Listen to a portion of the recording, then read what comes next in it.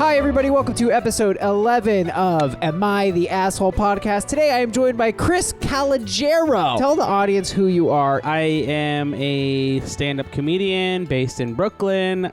I have a podcast called Morning Coffee that is about grief, mourning, loss, and death. And I run a variety show with Courtney McGinnis called Not Quite Midnight. I have been featured on Funny or Die. Through one of your Twitter videos. Through a thread of Twitter videos of mine. What is the uniting concept behind the thread? Every blank guy in a movie. Right. So it started, I love your videos. Thank you very much. Today, we are going to do situations involving various movie characters and funny predicaments. Ding, ding, ding, ding, ding, ding, ding. That's how you know a movie trailer is going to be wacky when that song plays. Yeah. We're going to actually talk about something that Chris, I think, has an intimate relationship with and has his podcast about, which is grief. Our second story of the day, AITA for dating/kissing someone shortly after my girlfriend's death. But first... AITA for not wanting to participate in mourning my boss by you, conspiracy robots. Technically, she wasn't my immediate boss, but she was my boss's boss. She was only like 50, but had a stroke at home and fell down the stairs. She broke her spine, neck, was in a coma, and was on life support for 2 days before they pulled the plug and she died. This death, like most, was sudden and unexpected, and people at my job started wearing black ribbons on their uniforms. A coworker saw that I did not have one on mine and offered me one, to which I replied, "No thanks." I received a few glares from other coworkers in the area. I caved a few minutes later and ended up putting the ribbon on. I didn't have much interaction with my boss's boss, but when I did, she was a real bitch. She truly was a horrible person. A week before she passed away, I heard her talking to my immediate boss about a coworker who was out sick because she had a miscarriage. This woman had the nerve to say, "Shit happens, but she still needs to come to work." Anyway, I don't wish death upon anyone, and I'm not glad she died, but I'm not going to pretend like she was a terrific person. AITA here? Well, first of all, I wouldn't say most deaths are sudden and unexpected. That seems like a little justifying in a way. They're like, well, clearly every death is a little kooky. Right. She's like, it's like they're covering their ass there a little bit. Also, brutal way to die. That honestly feeds into a little bit of the mourning happening. There's almost an additional trauma in the fact that how she died was so horrific. Even if you don't necessarily like somebody, if you hear that story, you're like, wow, geez, I mean, that's fucking brutal. This person doesn't like their boss's boss, and the sort of indictment of them is that they're a real bitch and a, quote, horrible person. And they give this one example describing a coworker who was out sick because she had a miscarriage that they said shit happens, but she still needs to come to work. How do we know that this person is as horrible as this quote makes them seem? We have to go on a person defending themselves. And when you defend yourself against somebody who you think is an asshole, you're always like, and then they were like, and so... That's tough. This quote is so bad, but is that really their thesis statement? Or maybe they were doing a little bit of a joke. They can be a bitch and make a bad joke every now and again and not be a truly horrible person. The best person in the world has said something shitty. You can catch people on their worst day, and then that's your whole frame of reference for them. Right. Which I think happens to celebrities a lot. Okay. Where, I know it's weird, but it happens, you'll be out with somebody and they'll be like, "Oh, I met Gary Payton. He's an asshole because he spilled a drink on me, didn't apologize." But maybe Gary Payton had just gotten a call to be like, "Oh, your wife is sick" or something, and then but you don't have any other opportunity to ever meet Gary Payton again, and for him to make that up to you. So now you just have a nice story about a person that everybody goes, "Oh shoot, I thought that was going to be a nice guy." Right. Who's Gary Payton? Oh, he plays basketball. He's a famous basketball player. Is he famous? He was famous from the 90s. Payton? Gary Payton. I've never heard of him. He played for the Seattle Supersonics. Gary Payton. Listen, he's no Larry Bird, folks. I can't believe you don't know Gary Payton. Sophie Lesser writes, "No assholes here. Honestly, pretending grief impacted you when it doesn't is a trash move that does just as much damage." So first of all, I don't think it's a trash move. I think it's a politeness. I think if I go to someone's funeral, if I go to my dad's friend's funeral, I don't necessarily care about my dad's friend. Yeah. I'm going to put on the show and pretend to be sad. To me, what Sophie's getting at here is the idea of when people make a big show of grieving somebody that they weren't that close with. If Conspiracy Robot was like, oh my God, and like threw herself on the floor, it's like, yeah, I don't think it's just as much damage, but it's a shitty move, and people do that move a lot. So this is the move where it's like they're making the death about them. Right, and you're standing there maybe as like a really good friend being like, you didn't even really know, you were like an acquaintance. I did. They were at the Snapple machine and I saw them get the peach tea Snapple. The peach tea Snapple is what I get, Chris. Right, exactly. And then I think that is a danger, and people pull that move a lot, but I don't think that's what's happening. I think Sophie's putting too much on it. Like you said, if you went to your dad's friend's funeral, you'd be sad. You would just, I don't even think you'd have to be sad. You just have to be respectful. And if you went there and you were like, and somebody was like, oh, he was a good guy, you'd be like, I don't fucking care. I don't know him. Then you'd be the asshole. The tone of the respect is a sadness. It's a heaviness. Likewise, even if it wasn't directly at the person, you shouldn't really laugh at a funeral. It's not like you're laughing at them. It's just not a time. That's what I mean by bringing on the sadness. I'm not saying try to find the sadness and try to make yourself cry by thinking of the time you saw the Rugrats 2 and the brothers get separated.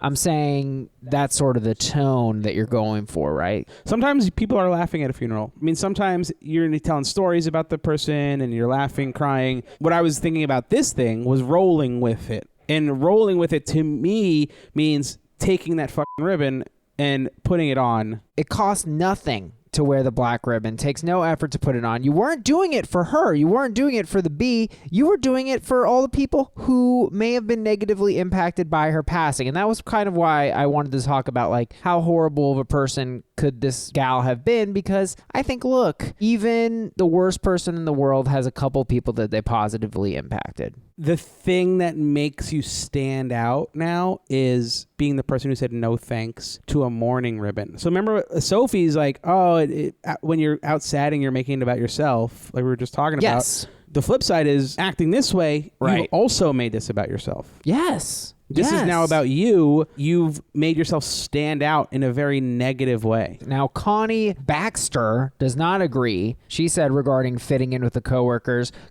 might like tuna sandwiches too, but that doesn't mean I have to eat one in support. Give me a break. False equivalency, if I've ever heard that it. Is not the same freaking thing. Imagine your coworker who's like, hey, I love tuna sandwiches, and if you guys support me, you'll eat all the tuna sandwiches that I've brought for everybody. It's not even close to the same thing. I would say that we could come up with a situation that is pretty similar. If someone was having a tuna sandwich party and they were passing out little tuna sandwich stickers, and you walk into the room where the tuna sandwich party is going down, like put on a sticker. Even if you don't like the tuna sandwich, like be part of the vibe. Have you ever heard the phrase, don't yuck someone's yum? Yeah. Which is really roll with the punches, go with the vibes. Like stepping on it, whether it's grief or whether it's positive, it's an asshole move. You take the ribbon, you wear it for a day. You don't have to take it home. You don't have to mean it.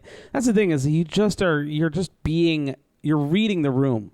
Yes, read the room. And that's all that's being asked of you. And nobody needs you to go home and write in a diary entry about this person or like write their eulogy or anything like that. It's just, it's a ribbon. Who cares? Who cares? Don Strong writes, why isn't she at work? Death is no excuse. Okay, Don. Got her. I think Don's the asshole there. The asshole. Frank Cabello writes, some people effing suck and some people need to be reminded of that even after they passed. And I don't care how much of an a-hole that makes me. Death doesn't absolve shitty aspects of a person under any circumstance. This is the guy who's going to bust in a funeral and tell the worst stories about people's lives. I get it. I think that we can't write hagiographies of people, but give it a second. What did you say? Hagiographies? Hagiographies. Well, what's that? When you tell a story about somebody that is only highlights the positive and it embellishes it to a point that it makes it almost like mythological. You see it a lot with like famous people who maybe were kind of dicks, but the story that gets written about them is that they were wonderful and amazing and there's no faults thrown in there ever, ever, ever. Oh, God. Weren't you telling me you're working on a hagiography about Gary Payton? Yeah, I swear, people are going to listen to this and think you're dumb as hell, dude.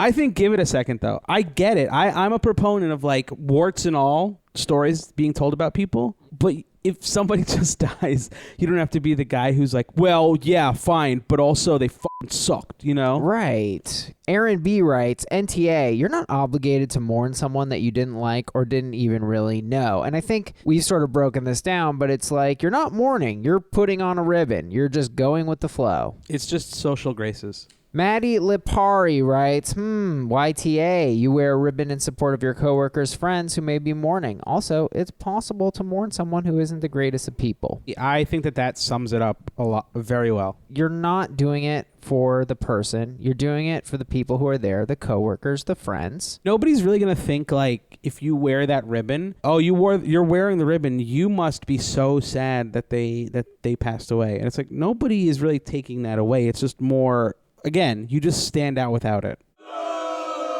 You're the asshole.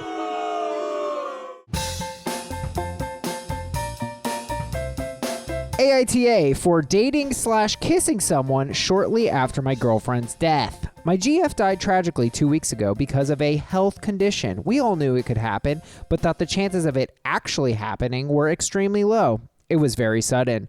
My GF and I were pretty close. We were planning on getting a place together as soon as my lease ended, which was in a few months. We live near her parents and relatively close to mine. Plus, we both grew up in this town, so we have lots of mutual friends that we regularly hang out with. I sell cars for a living, and it's a small town, so pretty much everyone knows me.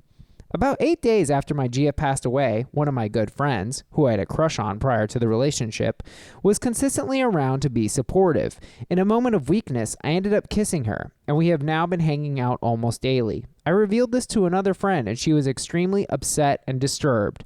She ran her mouth, and 2 other friends texted me saying that's really, quote, twisted and, quote, cruel. Since it's a small town, people started talking, and now my GF's family also got word, and they texted me insults. They said they would be boycotting my business, one of them was going to buy a car soon, and that I was being cut from their life. I'm already grieving my ex, and now I feel even worse. I was never unfaithful. I miss her dearly. And this thing happened with my other friend because, well, I am weak and she was comforting me. I didn't seek to romanticize it. It just kind of happened. Does that really make me a bad man? AITA. I feel for this guy. I feel real bad for him.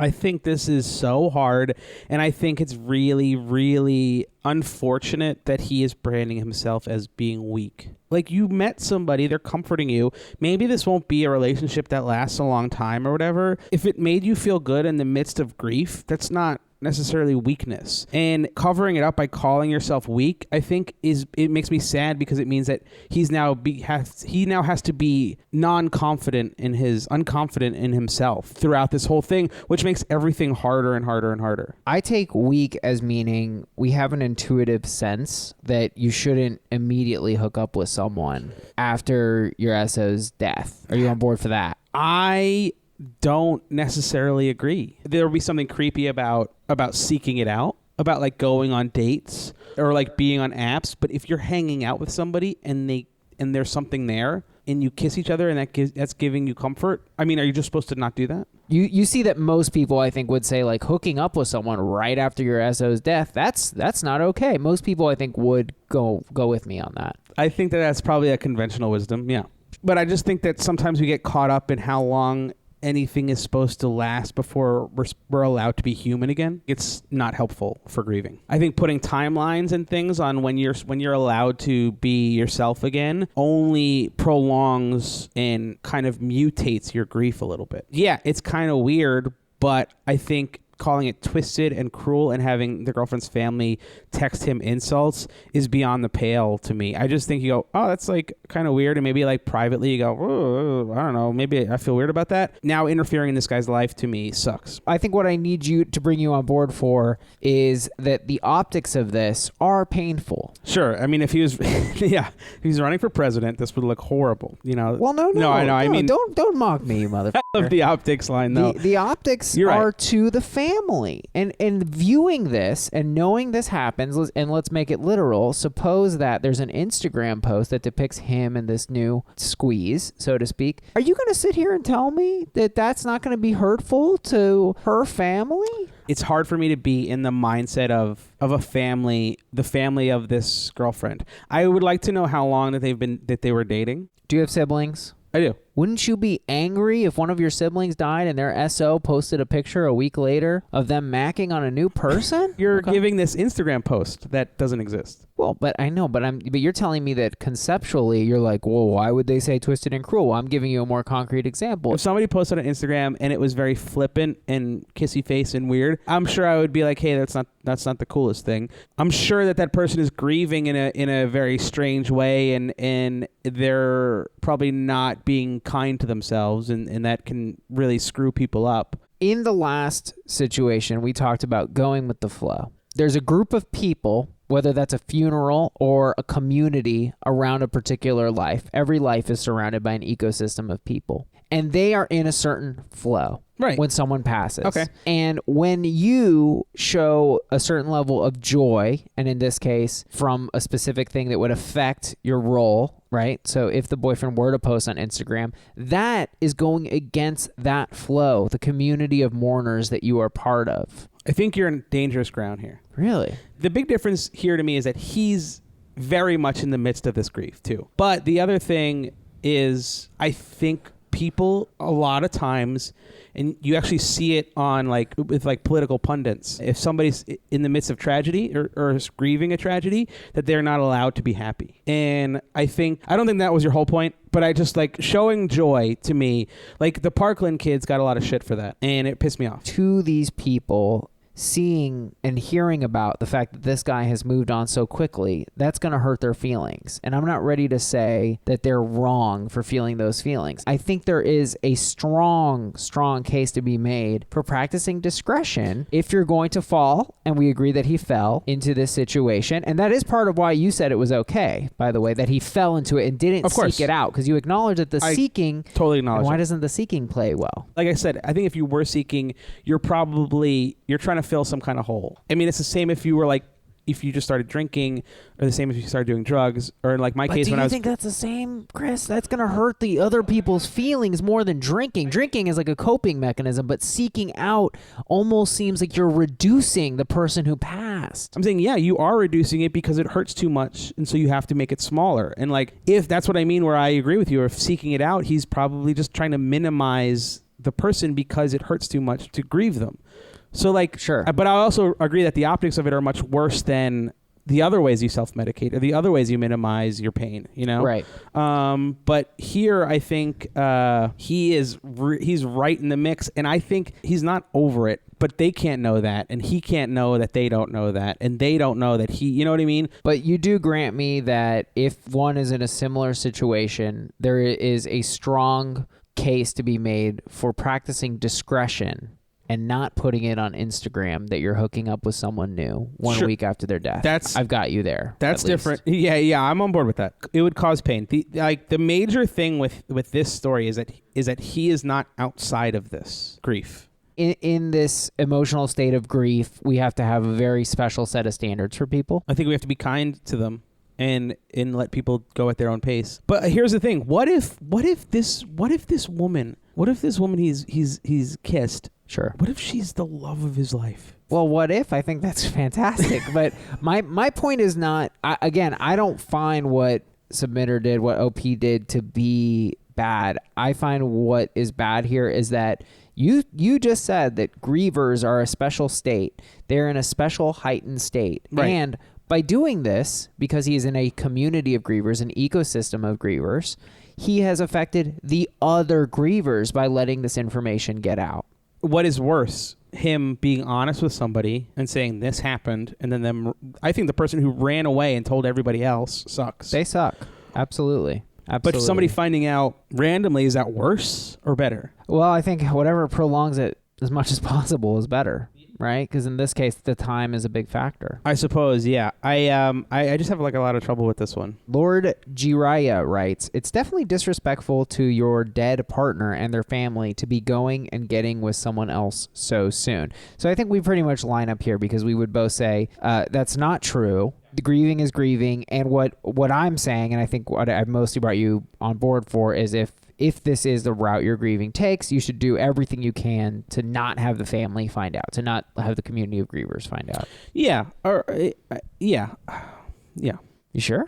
I'm so conflicted because, like, I think keeping some kind of secret is almost worse than confronting this. Yeah. I think there's something to me even shadier about going in secret. That feels like, oh, this is what I actually really want to do with now that my girlfriend's gone. There's something more sinister about having a secret relationship. But just early on, just, keeping it quiet a couple months in, a month in. But then the relationship is fucked to me. You don't have an open, honest relationship. You have a sneak around relationship. And when you're grieving, it's like another thing to worry about is people finding out. I don't know. It's tough. Yeah. It's tough. Queen Mogul says, not the asshole. People grieve differently. No one has any business to tell you how to handle yourself. I think we agree there. Carolyn Cart writes, no assholes here. You're going through a natural part of grief. You're doing nothing wrong. Yeah. So overall, the thread went 27, not the asshole. 8, you're the asshole. 2, no assholes here. And 1, everyone sucks here. 1, everyone sucks here? Yeah, the everyone sucks here said the girl that hooked up with the guy was in the wrong. Right, the close friend. I mean, I don't know. You blame her a little? It's heightened emotions, man. Yeah. It's real fucking weird. Chris, I feel really bad, but I made that story up. Did you really? I did. Oh. I did, but not for no reason. You see, on an earlier episode... The guy's here? He's not... He comes out. On an earlier episode, we did a similar story. As similar as I can make it, and it was AITA for moving on quickly from my ex-boyfriend who passed on 3 weeks ago. So it was pretty much the same story as much as I could do it, except the genders were switched. Uh-huh. Now, we went not the asshole. Yeah. When we reviewed it. And on this one, when we did the boy version, we also went not the asshole. However, things were a bit different on Reddit. Are you telling me that men and women are treated differently on the internet? I think that may be a possible conclusion here. So this is AITA for moving on quickly from my ex-boyfriend who passed 3 weeks ago. By you, did I move on too fast? My boyfriend of a year passed away 3 weeks ago after a car accident. I was really close with him and his fam, and he was close with mine. We were going to live together in the fall next semester. We shared a friend group as he was friends with all of my current friends before me, so they all like him too. When I was 16, my best friend passed away due to leukemia, and I was really depressed and down for a while. And my mom used to constantly tell me to get over it. And what's done is done. So I'm kind of desensitized to loss and tend to get over it quickly. Anyway, after my BF died, one of my close friends who I used to like was talking to me and said he was there for me. And I didn't really need emotional support, but we started talking and seeing each other 2 weeks ago. I told my friend about it today and she flipped, and 2 of my other close friends texted me and said what I was doing was effed up and it's too soon. And now I got a message from my late BF sister telling me to never talk to her or her family again and some other mean things. I don't know how she even found out. I don't know what I really did wrong. I never cheated on my late BF. I did pay my respects after he passed, but it's like, am I supposed to wait some arbitrary amount of time until I'm allowed to go out with people again? Yeah. You essentially foresaw this quote because you had said, we get very caught on this timeline thing, and that's literally the question she posed. Am I supposed to wait some arbitrary amount of time? That's the problem to me is a lot of people believe that there's a timeline for when you're supposed to be over a person dying, or when you're supposed to be allowed to see somebody else, or allowed to whatever, or be done with it. And sometimes it's real and sometimes it's not. I think in the case of dating somebody who has passed away, that gets really, really heightened, the amount of time that you need to wait. And I don't know what anybody's number is, somewhere between 6 months and a year. Right. But you say don't worry about it, essentially. People get caught on it. It's a pitfall. Don't do that to yourself. Yeah, because you live in the world. You're a person who you can't block yourself off from having feelings. If she waited 6 weeks, people would be mad. I love that. You know what I mean? Now we're getting somewhere. Right? But if she waited a month, 2 months, 3 months, I think until you really waited a full year, there would be somebody who thought that it was crass. But this woman is 20 probably. She's supposed to not hook up with anybody for a year. What is she in a Nathaniel Hawthorne book or something? What is she supposed to do? Gary Payton book, actually. Top comment, Jersey Shore web dev wrote, YTA, he was dead for a week and you started seeing someone else. So this was the comment that made this girl the asshole. This is the top voted comment. You can see how big of a difference there is. Almost all the top voted comments are YTAs. Macaw wrote, I would understand if it was a fling or a month-long relationship, but you supposedly love the guy, was with him over a year, loved his family too. He died, and a week later, you're already over it. You're not desensitized to loss. You are expressing pretty concerning sociopathic behavior. Nobody said that about the guy. Some people said that the difference between the two stories, and people did realize that this had been done, by the way. They said, oh, look, there's a previous thread where everyone said the girl was an asshole. What a joke we are. But people used a couple quotes to define, and one of the quotes that people found upsetting was, quote, so I'm kind of desensitized to loss and tend to get over it quickly. But I'm like, how is that an indictment on her character? That just shows to me that she needs therapy. That doesn't make her more of an asshole. I think maybe it is somebody who's like stuffing down feelings because their parents told them they weren't allowed to have them. Tatted Knife Geek writes, YTA, I mean, he obviously didn't mean anything to you, but even common decency dictates you wait more than a single week. You're not even in double-digit days yet, and that's super effed up. People came for this girl, so... Yeah, they really did. I like how you kind of were like, well, you know, you proved the internet's sexist. I mean, I feel like it's an even narrower claim. It's just like one subreddit on Reddit is sexist. I know. I found it satisfying at least to see it laid out in a way where I thought the situations were very similar. You know, it can be tough to know what can bias certain people. This thread, 247 YTA, 156 NTA. Quite a ratio, but not overwhelming. There were quite a few NTAs. Yeah, some people standing her. But my favorite thing I found down in the bottom, -6 points, totally hidden. You had to click just to see it. Brackalicious writes, in this thread, a whole lot of thinly veiled slut shaming. -6 points. He was a fucking prophet, Chris. Voted down 6 times. But 6 people thought this is so bad nobody else should see this. Insane. Not the asshole.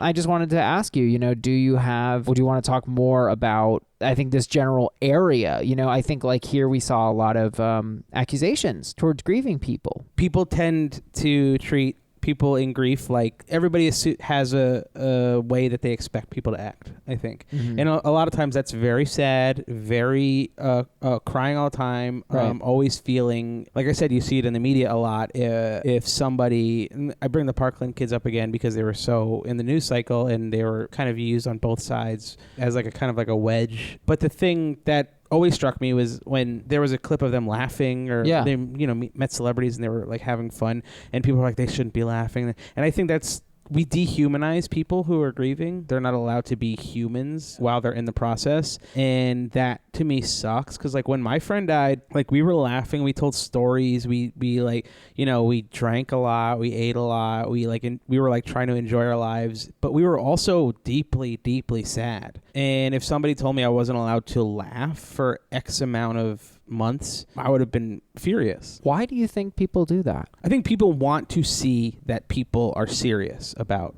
grief. They have a picture. This is how you should be. You're sad. You're the crying survivors. You're the grieving widows. You need to always project that. And to me, it just does a disservice to grief because grief is like kind of all the things. And I think the biggest thing to do when you're grieving is to like just be kind to yourself. Try to figure out what you need close to when you need it. What advice would you give to people who are around those who are grieving? Don't treat them with kid gloves. Like, just treat them like your friend. You can know all the things, but like the more you're like, are you okay? Are you okay? Like, go hang out with them. Take them to dinner. Like, just be with them. Be with them. Don't make it like do you want to talk about it? Do you want to talk about it? Just like kind of let them be, and don't forget that they're still like a person you know who has multitude of personality that you know about. Yeah. That's my advice. All right, it's time for everybody's favorite part of the show, listener submissions. What is that? European EDM? Yeah, blip blop.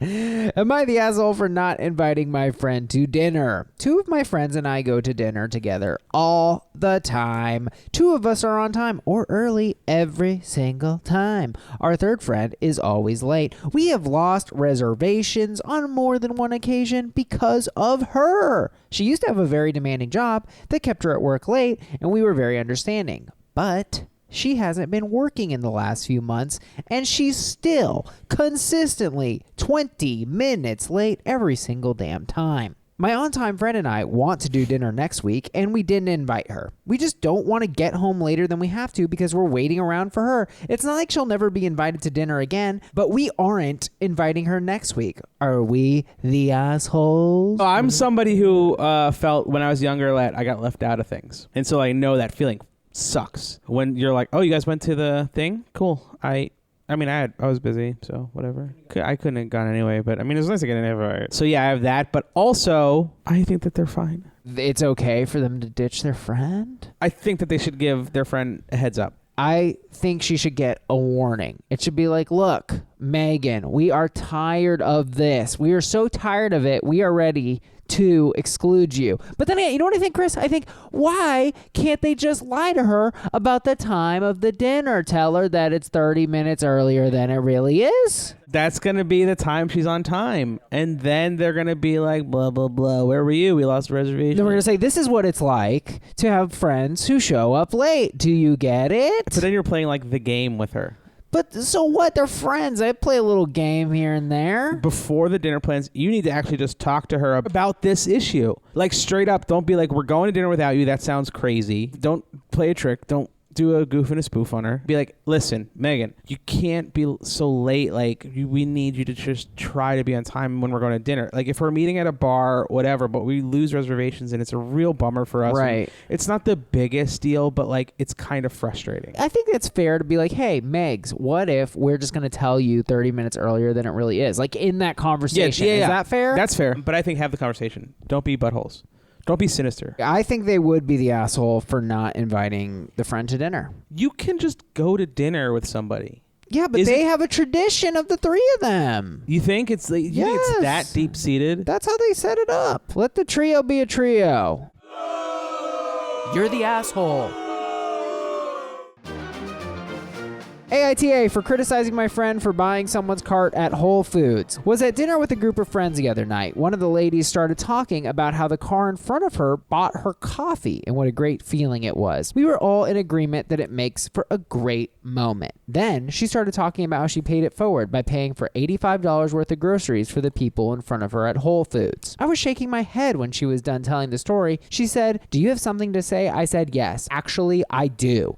I said, "I get the pay it forward concept. However, buying someone's groceries at one of the most expensive places to shop is a bit much. You could have used that $85 for filling a food pantry or finding a family in need." She told me I should find nice things to do for others and not criticize her for her gallant efforts in changing the world we live in. AITA. Okay, so I do think it's really, really weird to spot somebody $85. Well, it's really nice, though, isn't it? I think that there's people, though, who would be like, "Oh, thanks, but no thanks. I don't need your charity." It's nice. Like, what are you saying? It's so nice it's rude? There's people who would feel that was insulting. I don't think that's the nature of the criticism. You're offering another criticism. Well, I think that's why it was a turnoff for this person. No, she says you could have used that $85 for filling a food pantry or finding a family in need. She wasn't saying buying someone's cart at Whole Foods, well, that's a bit gauche, is it not? It is kind of gauche, and it is kind of like you could have used that to just do good in another way. How much do you think groceries cost?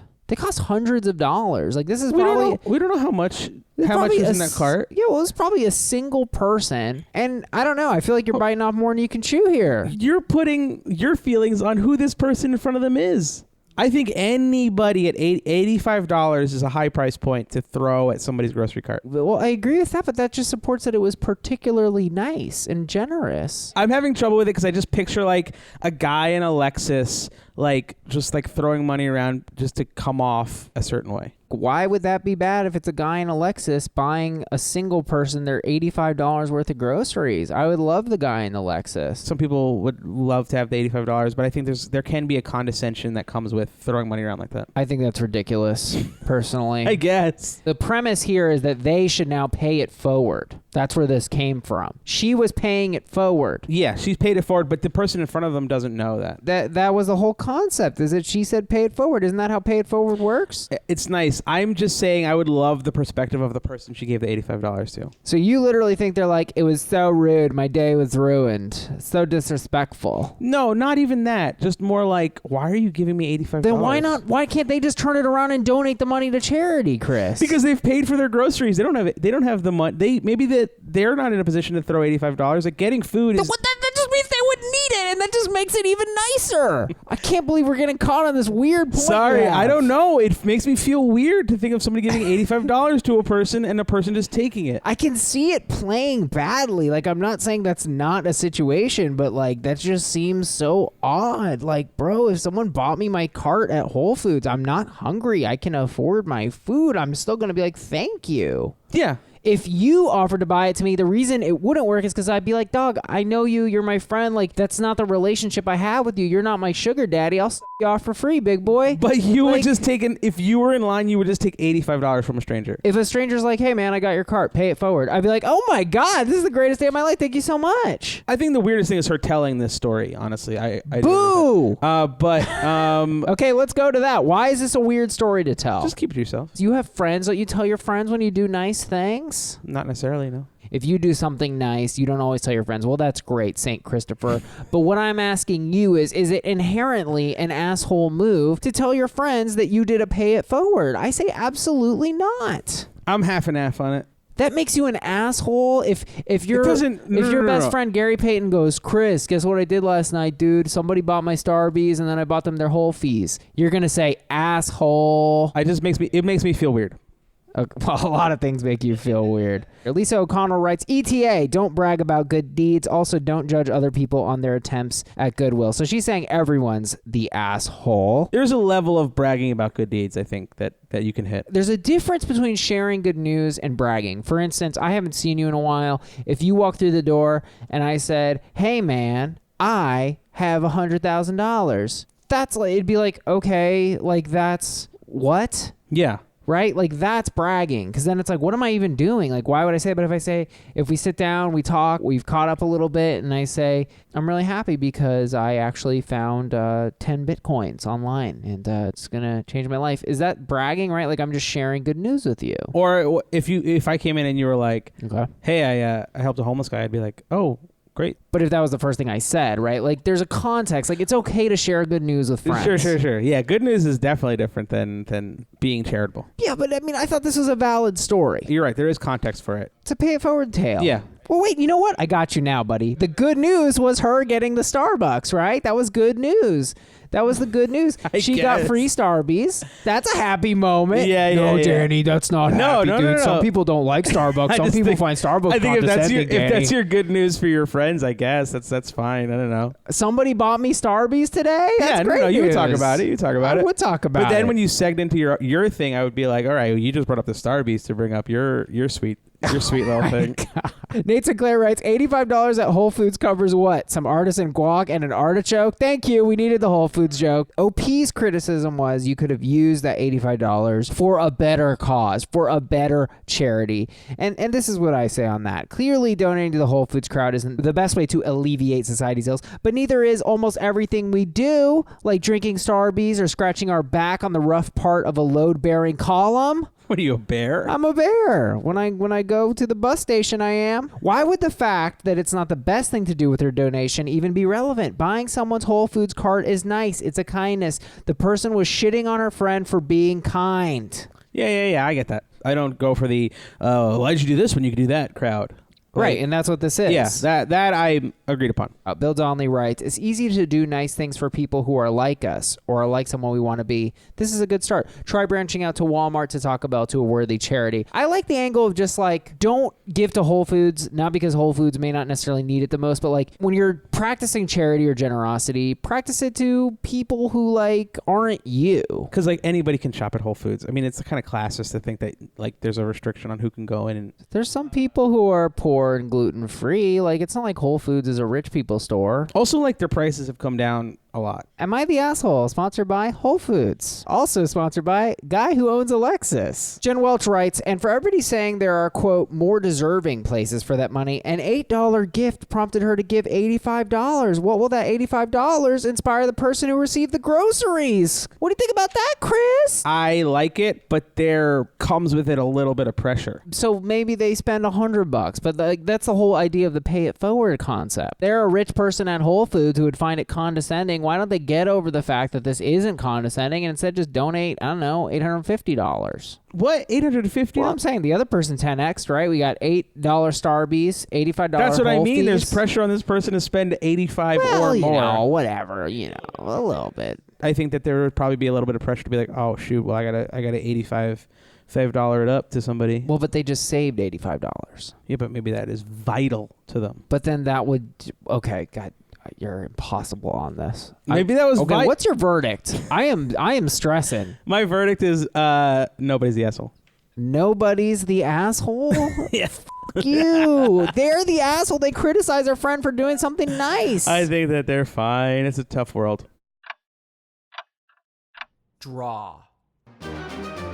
AITA for thinking about not tipping a Postmates driver. I recently had an experience on Postmates where I had a guy in what seemed like his mid-40s come up to my door and in a childlike voice say, "I've got some yummies for you." My response was, okay.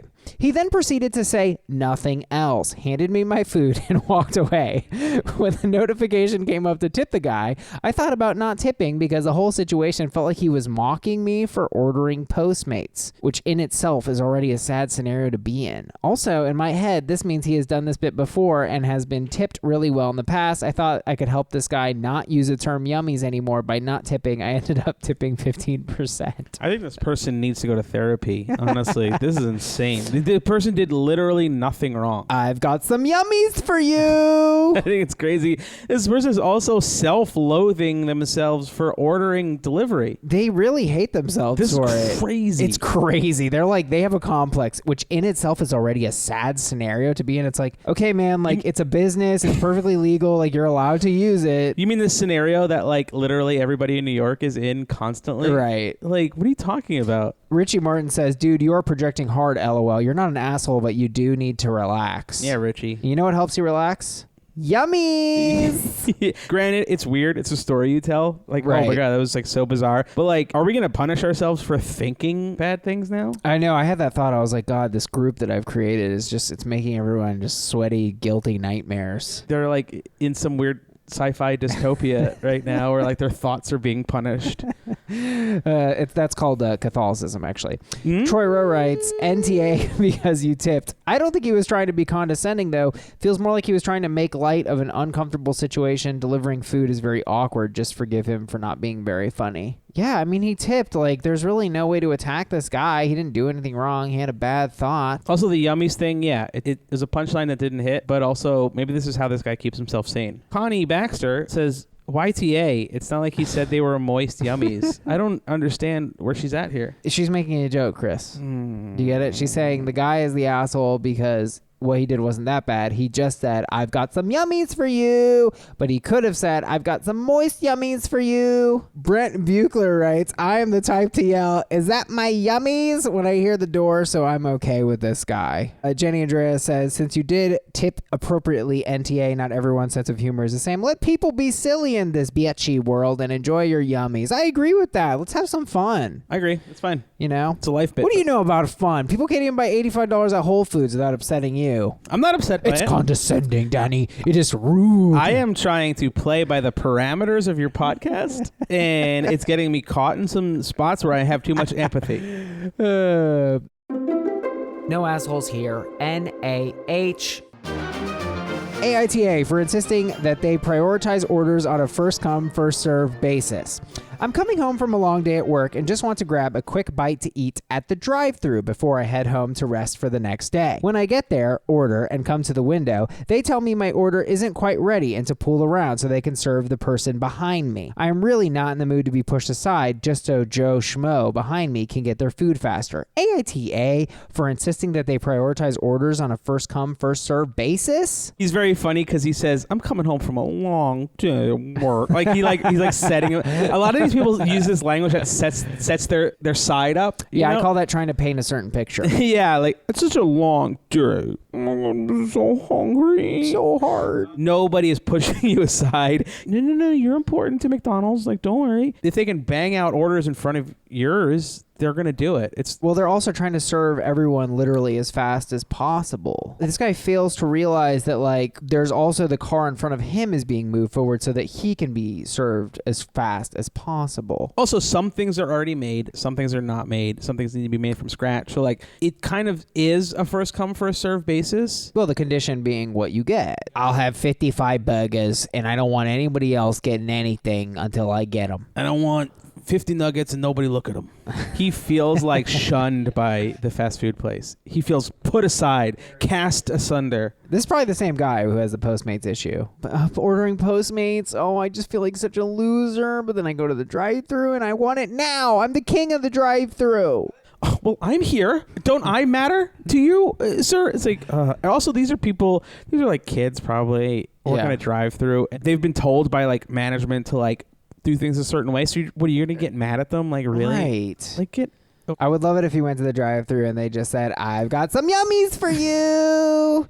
Kylie Perotti writes, this is one of those cases where you're not the asshole if you're annoyed in your head, but you're the asshole if you act on it. I don't know. I feel like this guy's mentality is a little asshole-ish. I also don't like his line, I'm really not in the mood to be pushed aside just so Joe Schmo behind. Hey, you are Joe Schmo, motherfucker, to everybody else. You were just Joe Schmo. Ugh. Eric Klassen says, YTA, as someone who works in those settings, corporate punishes stores that don't meet specific time quotas, and some food items are faster to prepare than others. You'll still get your food at the exact same pace, but now since you pulled forward, the time it takes to get you away from the window won't reflect poorly on the people serving you. They didn't put your food on the back burner. It just takes longer than the bag of ice the people behind you ordered. Yeah. I'll just do ice.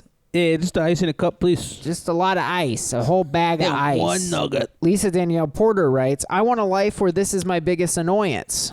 Kevin Hendricks says, you live in a world where food travels hundreds of miles to be assembled and heated up for your enjoyment, and you don't even have to stand up to get it. You are looking a miracle in the mouth like, ugh, the angel's wings are too bright. Get a grip. I think that's a great comment. I love Kevin Hendricks. He's great. He's one of my favorite commenters. Great. Sarah Murphy writes, your mindset about this makes you the asshole. You really think they're pulling you forward just to push you aside? Clearly, you've never had the humbling pleasure of working in fast food. How are you going to be mad at fresh fries, dick? Sarah. That's a pretty good point. You're the asshole.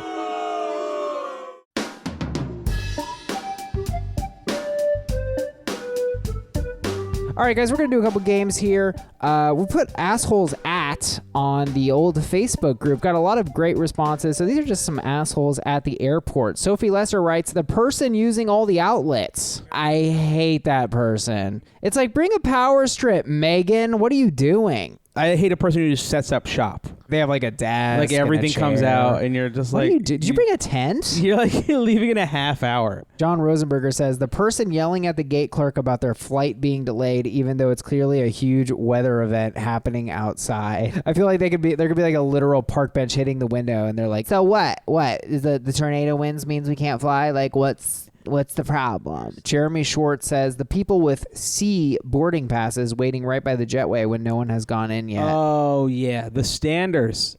Ugh, the standers. In every capacity. You guys aren't sitting in first class. Sit the F down. John Rosenberg wrote also, my mom. Right. I've traveled with John's mom. It's not fun. Allison Rodriguez says, all caps, stationary people taking up the entire width of the moving sidewalk. Get to the right side. You got to walk like you drive. But can I tell you the flip side of it is, man, I love a moving sidewalk. Makes you feel like the fastest person alive. It's the one thing the future has successfully delivered on. It's real great. You know, hovercrafts, no. Healthcare, no. Moving sidewalk, Megan is in the way. Yeah. Megan, move, sweetheart. We're going so fast. Don't you want to feel it? Oh, is that what you do? You use it to get like a rush to go your maximum top speed? Yeah. You feel like you're flying. And then when you get off, you get whoa, sudden stop. What happened great. there? Sophie Lesser writes, the person who plays games on their phone with the sound on and no headphones, how do even they enjoy that? Those people are everywhere. They're everywhere. It's psychotic. Genevieve Rice says, the person who brought no entertainment on the plane and wants to talk to you. Megan, why didn't you bring your Kindle Fire? Hattie Hayes writes, the person who sleep farts throughout the flight. This is me and I'm sorry. I don't know if I sleep You fart. haven't recorded yourself when you sleep? No, man. You should. Probably farting all the time. I've never done that. You fart. What are you going to do? Lisa Danielle Porter says, the heavy couple who asked me to sit between them one time on a 5-hour flight because I was skinny and then proceeded to speak in only Spanish to one another across me for the whole flight. Sydney Hermione Lehman writes, whoever brings smelly food on the plane from the terminal, I don't want to smell your Long John Silver's platter. Jenny Andreas writes, the supreme leader of weirdos who was upset that there weren't enough organic snacks for purchase on a cheap airline. You're bebopping through the atmosphere in a radioactive soup can. Organic pretzels aren't going to save you up here. But like, what flight was she on where someone was pining for organic pretzels? Like, what Megan was aboard her flight? Love the Facebook group comments, guys. Keep them coming. We're going to throw up more games soon.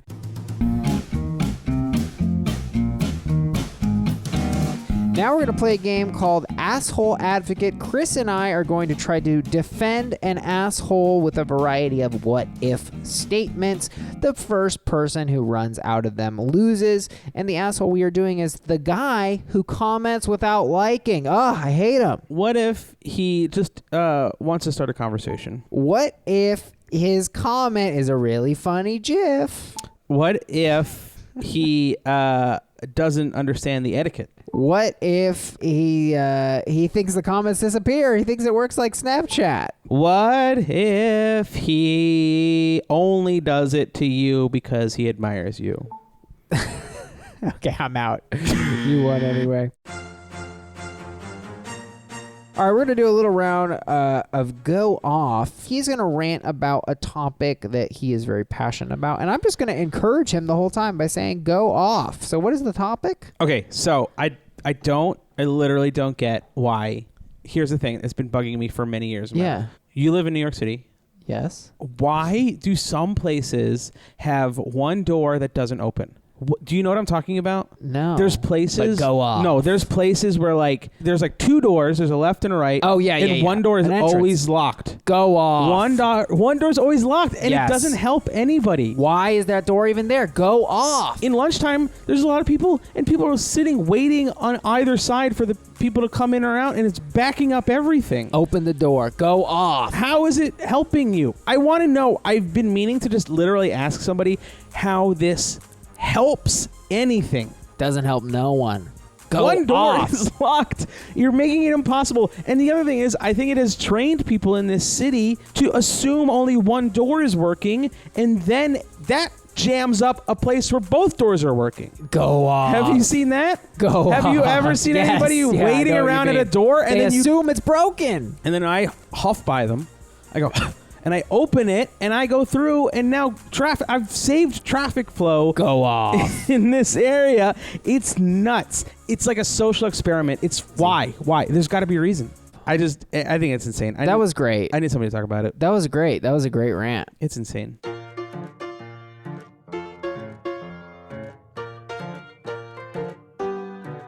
Our final game here is Era of Assholes. So basically we just have to... This is kind of a silly one, Chris. You just gotta name like assholes from whatever era you think of. So what era do you want to do? So it can be like Jesus times, or like, when the Wright brothers took off, or like... Why don't we go with 1920? Okay, the Roaring 20s. Yeah. How about the guy who's like, I'm gonna install a huge green light here by my house in in Long Island. Well, everybody will look at the giant green symbolic light. You talk about Gatsby? Yeah, it was a Gatsby. The guy on the big bicycle. That guy sucked, right? Yeah, a giant bicycle. One giant front wheel and a tiny small back wheel. What about the guy who's like, the stock market is roaring. Everybody put your money in. There's literally nothing that could happen that could ruin the stock market. What about the woman who forced the guy to throw his coat on a rain puddle? Oh, yeah. He's like, seriously? I know that's like a thing in movies, but you really want me to ruin my whole coat, Megan? Like, you could just jump over Walk around. Just go around it. Walk around. What about the guy who's like, we don't need any, hydration. I mean, what's the worst that can happen with all the dust around here? It's, it's not going to be a big deal. Oh, yeah. What about the guy who thought of using asbestos? Was that in the 20s? I think so. I don't know. Chris does these awesome characters. You guys really need to check him out on Twitter. What was it again? @RealChrisCal. @RealChrisCal. Give him a follow. Check him out. Anything else you want to plug? Follow me on Twitter and go to ChrisCalogero.com. Thank you so much for joining me. We'll see you guys next week, Monday morning. Thanks. Bye.